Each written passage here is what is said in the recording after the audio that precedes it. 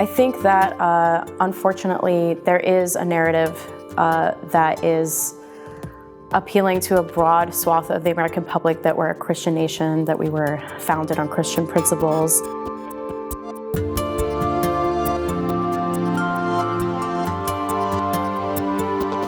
But I also think that there is room to use the same kind of language that appeals, the same kind of ideas of individualism and being able to practice and live your life as you wish.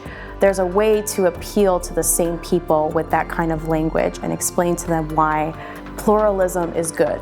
Separation of church and state is not an attack on Christianity or anybody's faith. It is the best way to protect people of all faiths and none. And I think if we can do a better job of making that part of the conversation, especially talking about minority faiths. I mean, I think they're, of course, non-believers too often are left out of the conversation, or we're just villainized. But we're leaving out people who are not in the majority or not non-believers, but who are in the same boat as non-believers when religion and politics mix. And I think that we can really turn back the tide if we do it right, if we frame the conversation in a way that is inclusive and that illustrates how American ideals, just as they are, can help us get to where we need to be so that everyone can practice as they wish, and both Christians and non-Christians. I think a lot of people of faith understand why it's a good thing to separate religion and government. I mean, we talk a lot about keeping religion out of government, but we also want to keep government out of religion. And I can give a very good, recent, specific example of that. So the Secular Coalition is working to repeal non-medical vaccine exemptions state by state. And Illinois is a state that has a religious exemption for vaccines. And they recently passed a bill to make it a little harder to get the exemption. So now, before you just had to sign a paper and give it to a school administrator and say, I object, and that's it. Now you have to take a few more steps. You have to get what's called a certificate of objection, or of religious exemption or something like that. And it has to be seen by a physician. The physician has to talk to you about the risks and benefits of vaccines and the risk that you pose to your child and other children, and so on and so forth. They sign it. So there's a few more steps, and it's a little more difficult to get. And so the intent of the bill was really good, but the language of the bill said something along the lines of, this bill is not to be construed to be used for a philosophical objection, right? So it said in that bill that it is up to local public schools to determine if a parent's objection is legitimately religious or not. So what that means is that Illinois' new bill leaves it up to local public officials, school administrators, school nurses to decide if a parent who's signing this form is really doing it out of real religious conviction, leaving public schools, which are basically, they're government institutions, becoming arbiters of religion.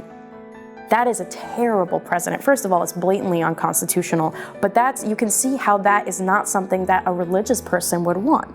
You don't want public school officials or any government official to be the arbiter of religion.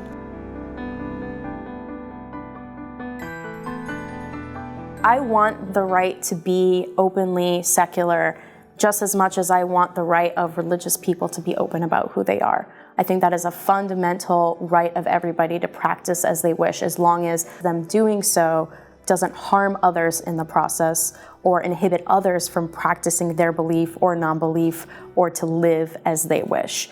What it makes me think of is the famous line, I don't agree with what you say, but I'll fight to the death for your right to say it. And we can have very respectful conversations about our views and still shake hands and be friends, But it is very important for us to both be able to have those views and to live our lives as we would like without the laws that impact all Americans, all people of faith and none, to favor a specific set of beliefs or another. And there is a way to do that.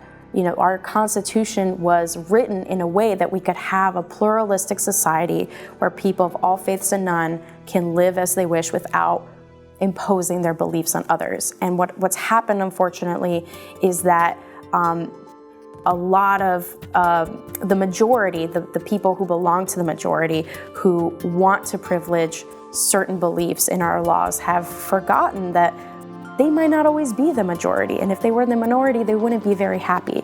And they're confusing their right to free exercise of belief to imposing their beliefs on others.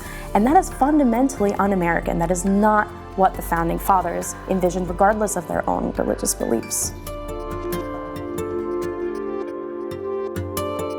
The Secular Coalition for America is an organization that fights for separation of church and state at the federal and state level and works to bring respect and visibility to non-religious and secular Americans. We were founded to give secular Americans a voice in government. And the reason we exist is because we need to protect the secular character of our government for the benefit and the best guarantee of freedom for all, for people of faith, for people of no faith, to protect religion from government and government from religion.